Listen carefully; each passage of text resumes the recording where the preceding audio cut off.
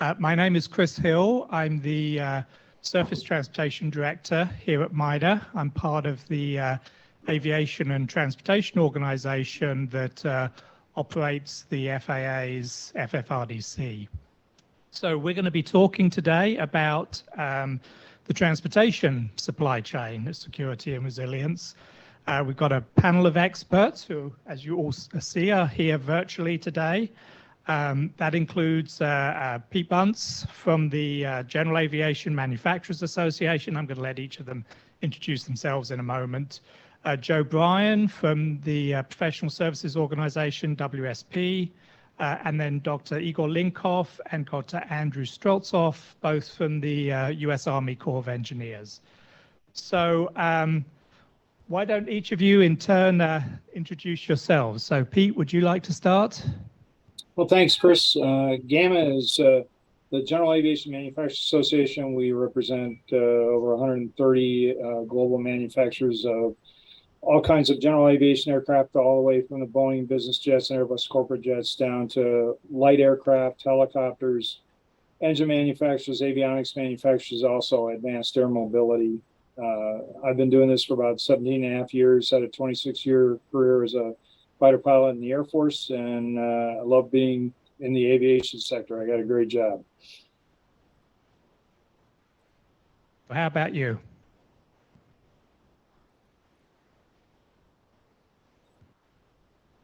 Joe, can you hear? Sorry, I didn't hear my name.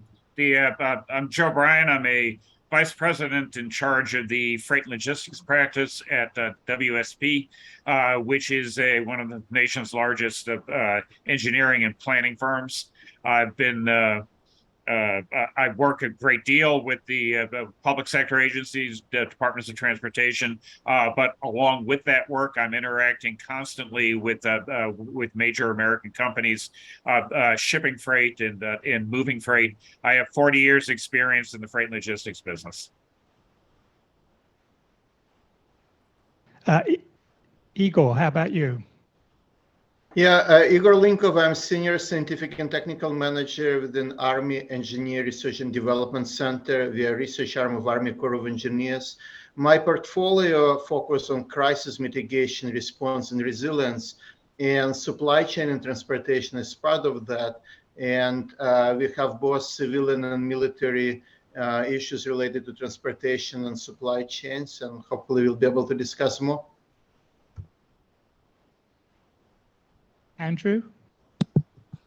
Yeah, so I'm Andrew Strelzoff. I'm a data scientist also with ERDC. ERDC is 3,000 employees, around 2,000 are engineers and scientists. My particular role is that I am the quick sprint data scientist. So when there's a crisis or an issue, frequently it falls to me. I frequently work for Igor because he is the pointy tip of the spear. Leadership turns to him for answers. Sometimes that comes down to me. Go look at the data and find the problems and see what can be done. Over. So you see we have a very diverse panel, and I think that diversity represents the transportation system. I think we all recognize that the transportation system is very tightly integrated and global in nature. But if the recent state of the world has taught us anything, it's the system is really quite fragile as well. There are plenty of places in which the system can fail.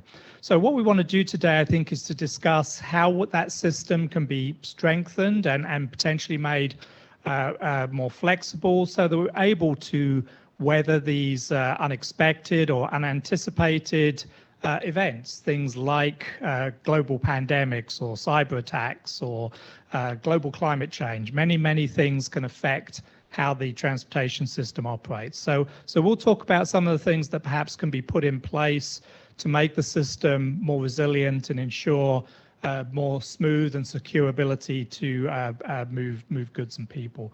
I want to start with you, Andrew. When we think about modeling the transportation system, we recognize it's highly disciplinary, requiring many different types of expertise, whether we're thinking about maritime and ports and terminals, or we're getting onto the roadways and rails or aviation system to move freight, or ultimately to move people as well. How do you go about assembling and blending together those different areas of expertise to be able to understand the system and look at the problems that we might anticipate? So we have, through Igor, we have a project with the California Transportation Commission to look at issues related to the port and try to develop new capabilities that are much larger in scale. Because we are the sort of data science generalists, we need to assemble experts, and we try to find pockets of expertise of people and data who are willing to talk to us, particularly like the folks at ATRI, who have both data and enormous expertise.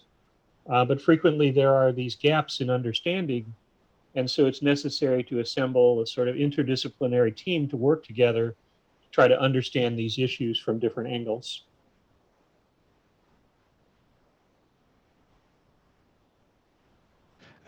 Joe, let me move over to you and kind of think about supply chain interruptions and recognize that these can be kind of localized events or region-wide events with pretty significant consequences for how we recover from those situations. Can you talk a little bit more about that topic, particularly some of the impacts of kind of different jurisdictions having to be involved?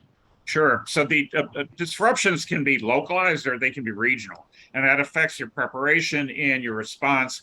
But even that requires some diagnosis. So you could have a cyber attack that will affect a single company, but that can ramify to its partners who may not be walled off on the cyber side. But even more substantially it affects interdependent functions. But if the company is a supplier to other supply chains in a major way, and I'm thinking, for example, like a pipeline, and we had an example of that within the last couple of years, then the consequences from that can be quite broad.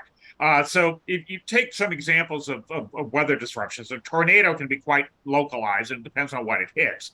But a hurricane or a wildfire are much broader, and their effects really depend upon, they differ in how well you can see them coming. But the breadth of the effort that you have to put in to deal with these things affects how well you're able to recover, and where your relief routes, where can you put in crews, where do you have to stage from, how long is the outage going to be, so your pain points can be localized, or they can be at many places across a broad geography. And it can even happen, as we saw with the pandemic, it can even happen at a social scale. But the responses are constrained by jurisdictions. So state and local agencies obviously have boundaries to their authority.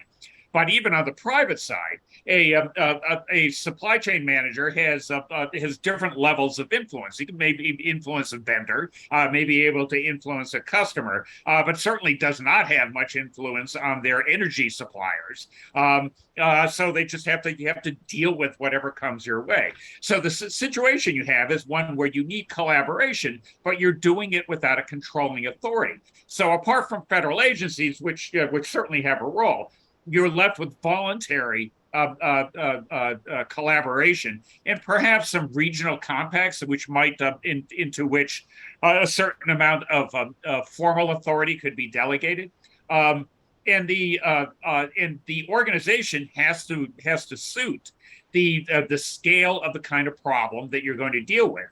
So that means that you have to do a fair amount of institutional preparation, and our institutions basically have to evolve to be able to deal with this kind of thing, especially as we seem to be going from occasional and ad hoc issues to a situation where disruptions are becoming chronic. It's a fascinating topic. Let me just kind of follow up on the voluntary aspect of that. So as you say, we've had some pretty kind of chronic supply chain interruptions over the past couple of years. Has that voluntary nature demonstrated itself, or have we struggled with agencies and jurisdictions coming together? In some cases where there has been organization ahead of time, the answer to that is yes. I'm aware of at least one of the major ports where, because they had trouble in past years from storms, they had organized multiple parties that met regularly on the topic of how do we keep our port fluid, and therefore when they were hit by the pandemic, they were better able to respond because everybody was already kind of lined up. Places where that isn't true, you struggle more. Thank you, Joe. Pete, tell us about some of the kind of unique supply chain issues that face the aviation industry. Well, Chris, when you look at particularly civil aviation, probably the biggest distinguishing factor is how highly regulated the industry is. So every manufacturer, every repair station, every air carrier is regulated by an authority in the U.S. here, the FAA. In Europe, it's EASA, the European Aviation Safety Agency, Transport Canada, ANAC in Brazil. All of these have regulatory authorities, and basically every part and piece has to be certified to be able to be used in aircraft production or in the repair of those. So when you look at the size of our industry, so you lay on this layer of regulation, and then you look at overall size. Let's say that we're competing on chips between the civil aviation sector and automotive. The scale and the number of airplanes that we produce globally is just pales in comparison to the number of automobiles that are produced globally. So that competition for chips obviously goes to the folks that need them the most or buying quantities the most. So you have those kind of compounding issues. For us also, if you look at the specialties of the parts and pieces that we go and put on aircraft or in engines and avionics, the people that produce them are highly skilled laborers that work their way up in a company. A lot of times they may produce components for different sectors of transportation, but they work their way up because their expertise is needed on the aviation sector. And as we have seen through the Great Resignation and everything else, those people, once they're gone, it takes a long time to bring others up to be able to fill their shoes.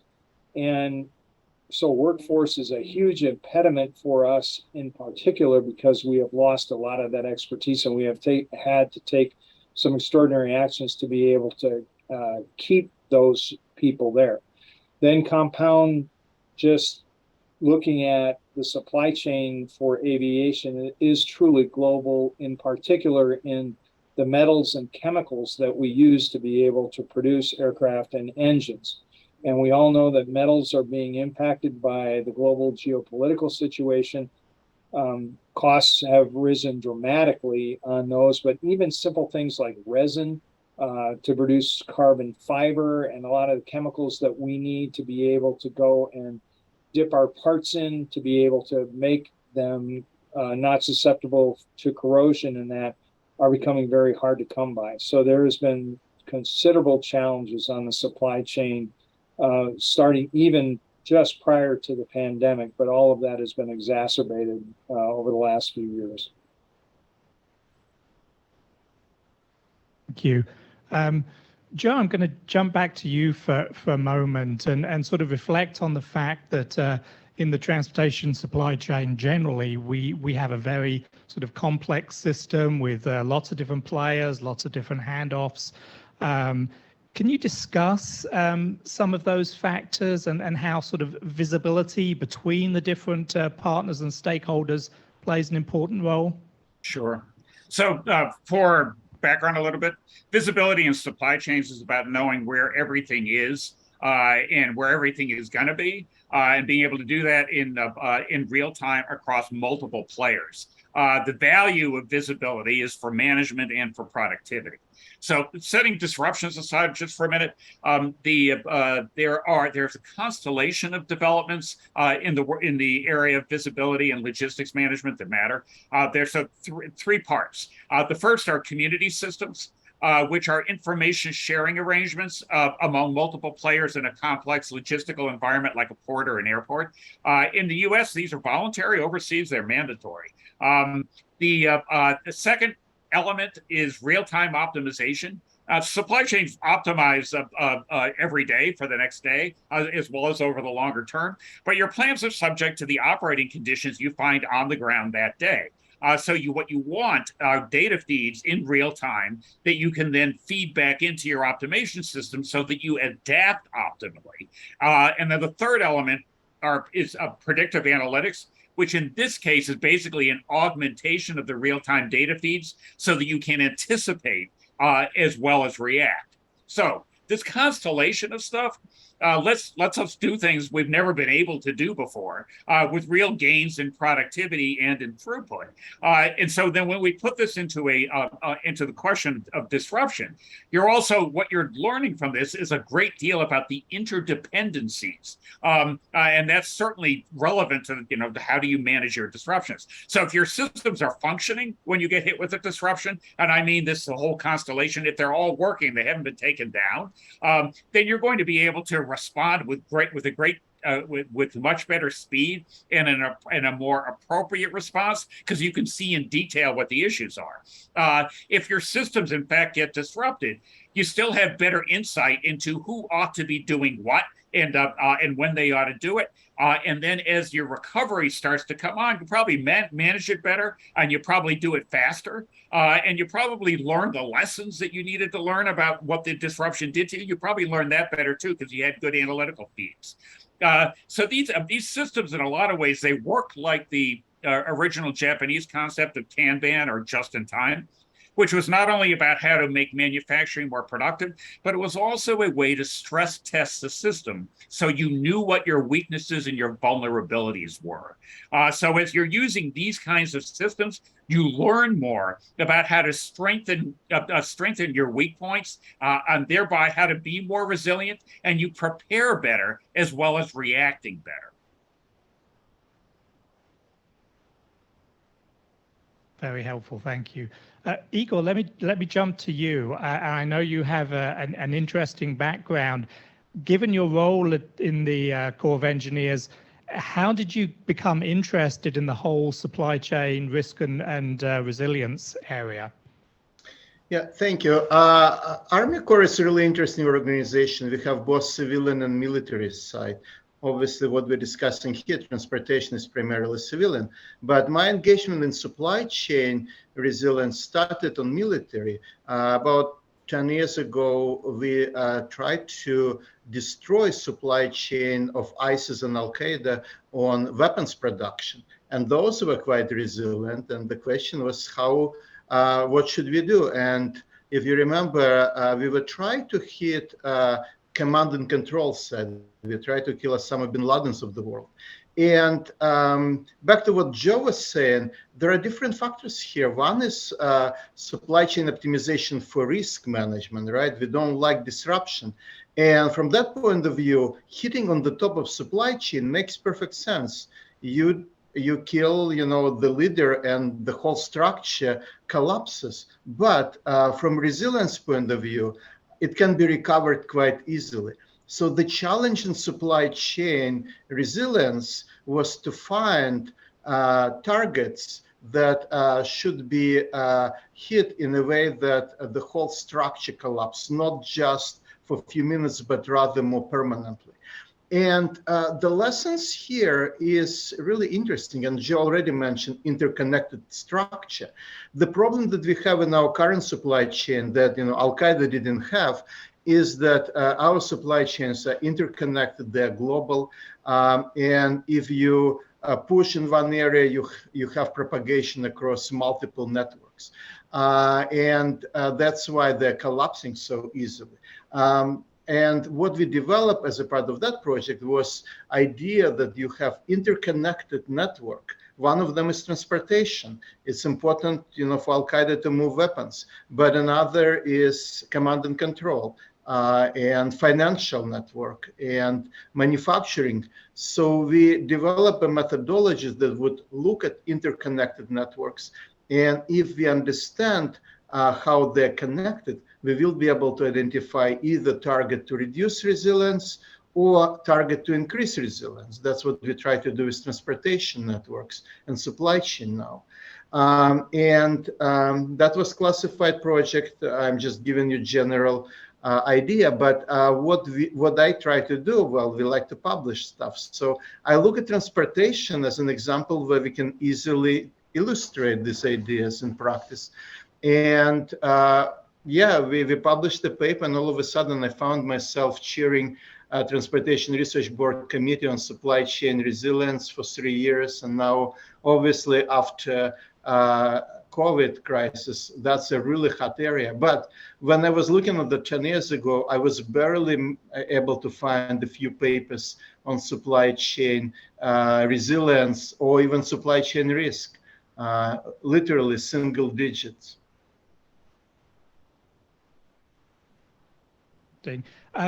So what are some of the challenges then with sort of quantifying supply chain resilience? How do you go about that? If we were to take an example, say, of the impacts of climate change, for example, yeah, how do you quantify how resilient the supply chain is to those things we may face in the future? Yeah, so the field of supply chain science was primarily focused on optimization for efficiency. Right, we like to have lean supply chain, just in time, and not so much in resilience. And even before COVID, we had Fukushima accident that kind of shut down the car manufacturers in Japan. So if you have optimal supply chain from point of view of efficiency, you obviously cannot deal with stress. So what we developed is idea that somehow you need to look at this interconnectedness of the supply chain network, because that's what is failing. We use, well, we apply several ways of looking into that. One is obviously at kind of assets level, you use network science, agent-based modeling to try to model explicitly the whole complexity of supply chain, and then use Monte Carlo simulation or something like that when you explicitly introduce that. The problem is that you really don't know how the supply chain organized. So on the other extreme, you have more like a decision analytics tool. You don't really know the structure of supply chain, but you can understand the most important connectivity and use that to make decisions. So what actually we work with Andrew in California, we try to kind of get through kind of combined approach when we use artificial intelligence and decision analytics to kind of reconcile complex connectivity of ships, ports, truck infrastructure, and consumer needs. And then once this supply chain structure is more or less known, you can really start to do stress testing that Joe mentioned and others.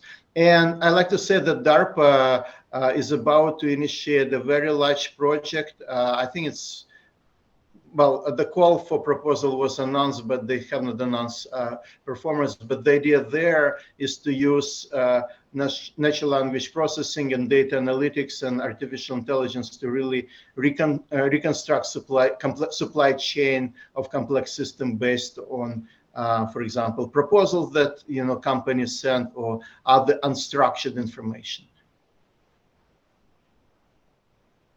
Thank you. Andrew, let me sort of jump back to you. I mean, if we want to be sort of proactive in establishing resilience, we're looking to take actions prior to an event so that the recovery is faster or easier or cheaper. And I can see for small problems, we could run potentially all the feasible scenarios. But what we've seen, I think, particularly over the last couple of years, not just with the pandemic, but also with some of the weather and climate events, that these very complicated, complex domains, how do we go about trying to understand all the possible scenarios that may emerge?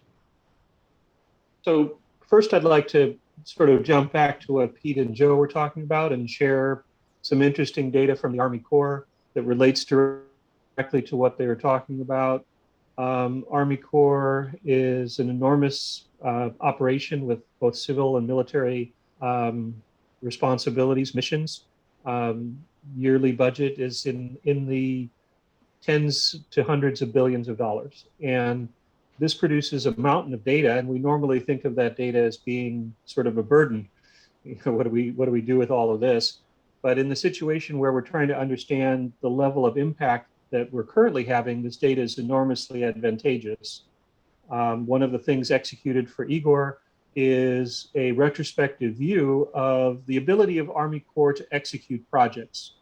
And there are 54 project offices all over the world. I can get into that data and we can look at thousands and thousands of projects. When we look at the ability to execute projects, which is in all the aspects that were mentioned, meaning it's material, labor, command and control, finance, everything that you could possibly imagine we have to deal with. And we can see historically the impact of various big events. So the mission in Afghanistan is very stressful, operating on the other side of the world at high altitude and the security risk posture. We can see a bump in the ability, we see the impact of that. Move forward, we see the impact of major weather events. The hurricane in Puerto Rico is very evident in the data. Very difficult to operate on the island, sort of a bootstrapping situation where you sometimes have not, you have chicken and egg and you have to have both in order to move forward. It's very difficult.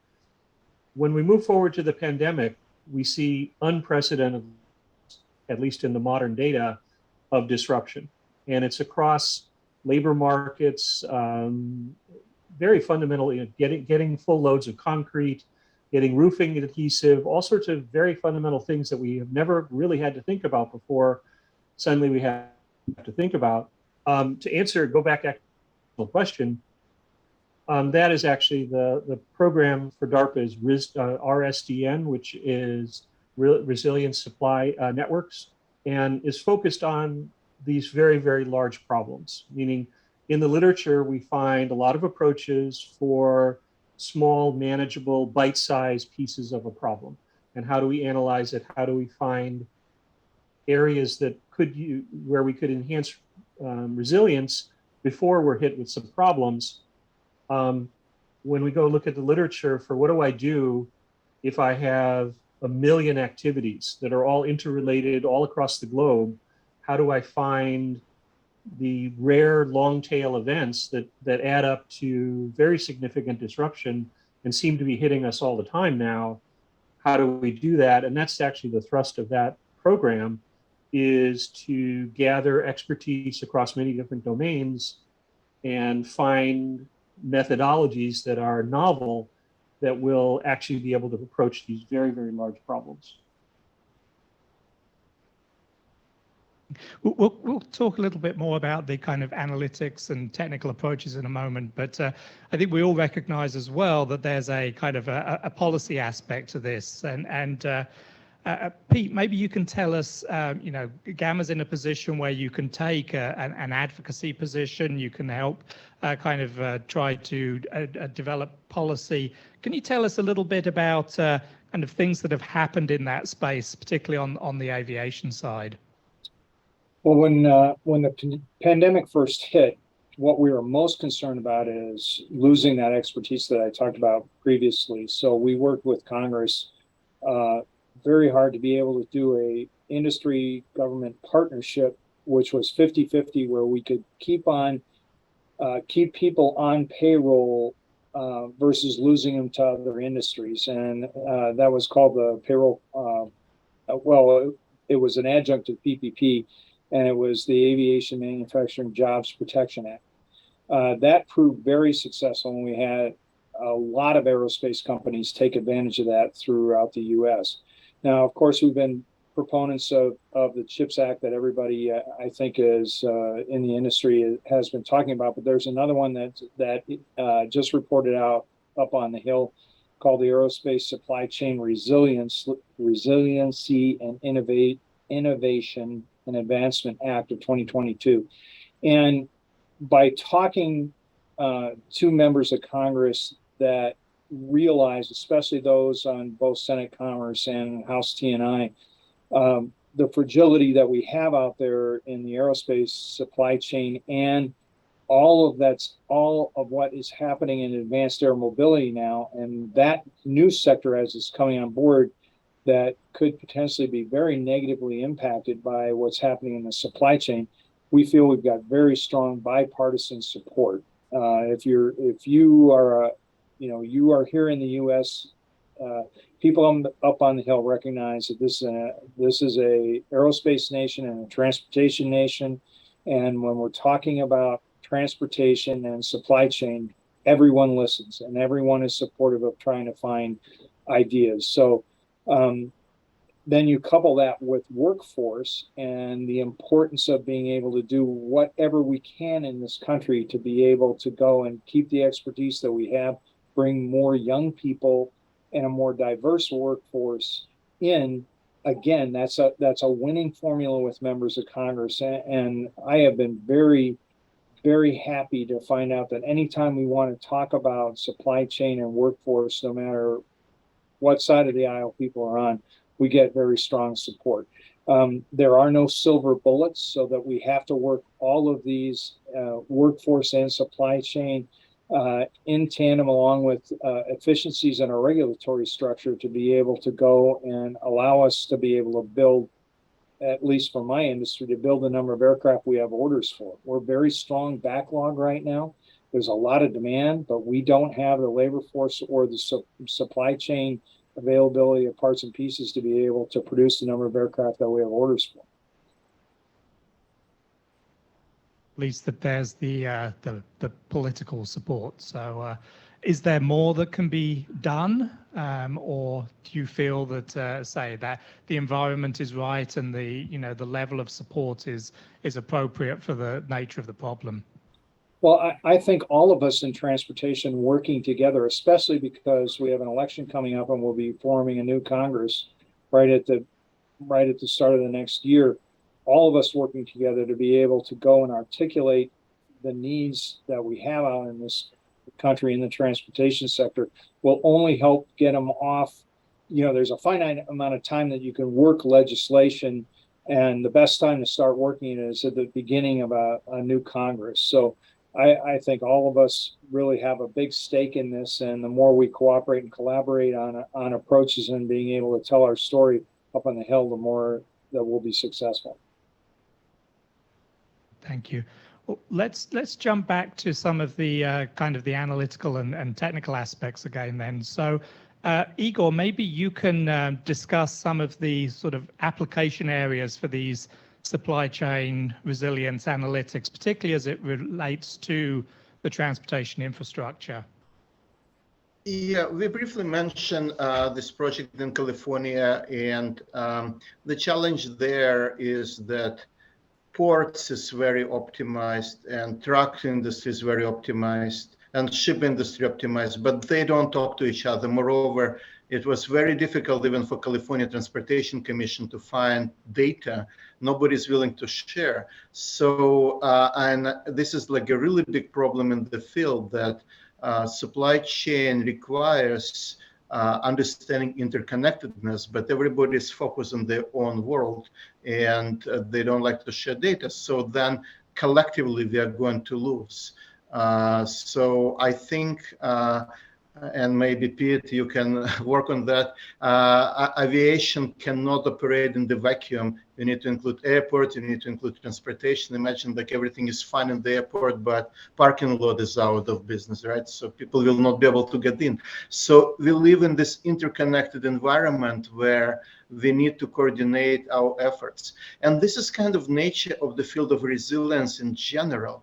We look at resilience of complex system, and pretty much everything, now it's so complex and interconnected that when disruption happens, it fails. Like we had with COVID, we had the problem with meat at some point, right? Why? We produce enough meat, but actually the problem was not even transportation, it was packaging.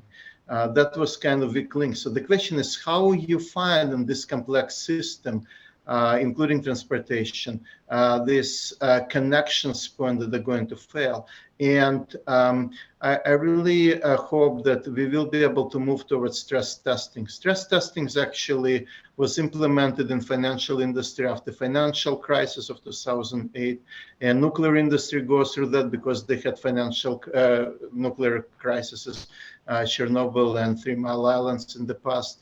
So, Pete Buttigieg was saying, well, we need stress testing for airline.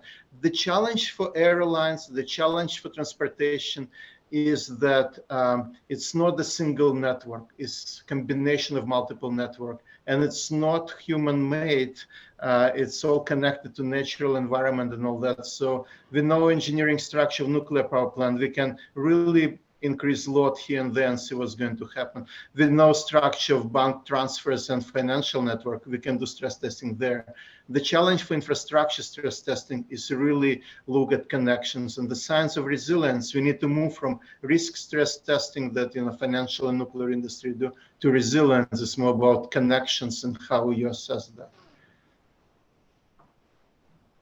Can see you have some thoughts on the data sharing aspects, and I think we've heard from you that obviously the individual organizations within the transportation supply chain rely on one another. They are interconnected, but typically there's a lot of individual commercial organizations. Are there sensitivities that exist around this data sharing that are kind of holding us back? We find a lot of politics in California about which data we can get and how, and what are the constraints. So again, I'm probably not the best person to answer that, but we need to overcome this.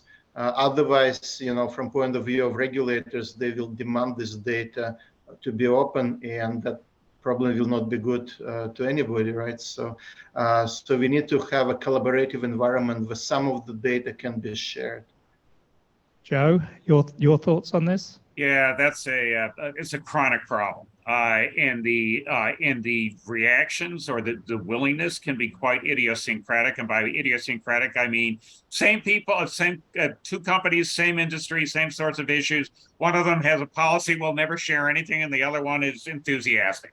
So it's really their philosophies about how to treat information, and how much you want to work with other people to achieve a common goal rather than an individual one. The part of being human, I'm afraid. But but in terms of how to overcome that, I think the one of the key ways is that when you work with the people who are willing to collaborate, their results improve. And then that serves as an enticement to the people that haven't wanted to play. So if you can demonstrate that the improvements are taking place and what the value is, and you can also demonstrate that the risk to what you have thought of as being confidential information is proves to be low, then you can get more people to join in. If it becomes an industry common thing to do, then basically everybody plays. There's a little bit of encouragement there then, so hopefully that will continue. Andrew, let me ask you kind of the final specific question, and then we'll sort of open it up and see if there's questions from the audience. But are there some key breakthroughs we've seen in the analytical technical space latterly that are helping us? I heard AI mentioned, and of course everybody believes that AI has huge potential in many different arenas. Is that something we're seeing reflected here in your world? So I actually had submitted that question in the hopes that someone else would tell me, but just to give an example, so AI is tossed around quite a bit, and in the transportation field, as Igor said, we've had mixed reactions to going and getting the data. Some people are very willing to share, others really don't want to share because it's their domain and they don't want other people getting into the political situation, which is upcoming projects have a particular point of view. And but one of the AI techniques that has been successful is that frequently in transportation, we actually would like to be able to trace routes and vehicles. We'd like to understand where things are going, what the critical routes are, what sort of disruptions. One of the things we've been talking with California is service time. So we have disruption in the port, and the situation, it gets worse, is very complicated. And one of the reasons is that operators are unable to complete a daily route and get frustrated and quit. And so, can we infer that with machine learning? We can actually follow, instead of following individual vehicles, we can follow pop vehicles and infer the movement of traffic, because we see a little bulge of traffic in one place and we infer that pattern that vehicles have moved from place to place, even if we don't necessarily get all the cooperation that we would like. But I think this is probably better for the rest of the panel as well, which is, what are the breakthroughs that are going to help us solve these problems in the future? I'd like to hear what Pete and Joe have to say about that. Where is this field going? 5 years from now, we're going to be doing a lot better than we are now. What are the breakthroughs that are going to help us do that? That's great. We'll hold that as our wrap-up question. Were there questions we had online or from the audience? Yes, there's one from online. So can you talk to the changes in technology and global interconnectivity and how that's caused more stress on the cybersecurity of your supply chains? Anyone want to take a shot at that one? Yeah, I can take it. I have a large project on cyber energy system at military installations, and that's exactly what we're looking at. Cyber adds ability to connect more, and it really get a lot of efficiency, but it also adds vulnerabilities. And from point of view of resilience, it may not be optimal, right? So obviously, I will be the last person to say that we don't need to advance technologies in cyber, but we need to be smart. We need to understand how to balance improvement in efficiency that we can bring with digitalization and all that, with idea that we still need to have resilience in case this system collapses or you have cyber attacks. So that's exactly the nature of what we're analyzing in cyber physical systems. I would just add, it's an interesting dynamic within the civil aviation sector as well, because if we look at just cyber requirements that our larger companies are placing on smaller suppliers, along with the pressure that the smaller suppliers are having just with the labor force, that starts to increase costs of the smaller suppliers. So you're seeing a lot of consolidation within the marketplace. So where you had a lot of mom and pop suppliers that are globally based, that pool is shrinking now and being bought up, especially during the pandemic where we had very low interest rates and easy money out there. And so you have a lot of these conglomerates that are being formed. And so you went from multiple suppliers down to single source. And a lot then, as you go up the chain into what's being produced, is also proprietary from the manufacturer. So when you go and you have a supply chain problem, and I used, when I was testifying up on the Hill recently, I used an example of one of our companies on the West Coast that just wanted to switch out an LED light, one for the other, because they couldn't get a landing light from one supplier any longer. And it took multiple months for the FAA even to come back. And when the FAA came back, they said, well, you got to retest the system to see whether it's still compatible. And it ended up being a very long bureaucratic exercise to get the FAA to realize, hey, it's just one LED light for another here. But that's really some of the complications that we're seeing in the supply chain now. Is this consolidation is a new dynamic for us, and some of it is because the cyber security that's naturally and should be placed on all our suppliers is an added economic burden to them. We have just a couple of minutes left. Let me take Andrew's breakthrough question and pose that to the rest of the panel. Maybe just broaden it a little. Not only are there potential breakthroughs that you see on the horizon, but are there kind of some really big gaps that we need as a community to be focusing on to solve over the coming years in this space? Pete, would you like to start that one? Well, I think Joe mentioned how important it is to solve some of the supply chain issues is the collaboration, and where where companies may not be, some of them are very transparent in what their situations are, others are not for competitive reasons. But AI may be able to break through that, especially if people can go ahead, when we look at big data, they can aggregate and de-identify. And we see that a lot on what the FAA does with safety data that we collate. And if we are able to go and use the modern tools that we have today to be able to do analysis and again de-identify, to go and find out where those critical nodes are, that could help us a lot. I'd be curious to hear what Joe thinks about that. Yep, Joe. Yeah, I'd agree with that completely. The reality is we're able to do things just within the last 5 years that we couldn't have done before because we didn't have the data feeds. So the explosion of data then supports the application of the analytical techniques that you're talking about. The introduction of AI and what I was referring to is predictive analytics. That then takes that whole body of information that you didn't have and now puts it onto an entirely new footing, which is better for not only seeing what's coming, but it's also better for showing you new opportunities you really haven't thought about how to put things together. So I think there's a great deal of promise in that. That's great. And Igor, maybe final word from you. Any breakthroughs you see, potential breakthroughs or major gaps where we need to focus? Yeah, we have really good experience working on kind of combining digital twins, artificial intelligence, and resilience analytics, specifically network science, to really look at multiple complex systems. I feel that may be something that could solve this type of problems in the future. That's great. Well, I've really appreciated this incredibly rich discussion. I've enjoyed the diversity of the panel and the topic areas and would like to thank you all for your participation today. Thanks so much.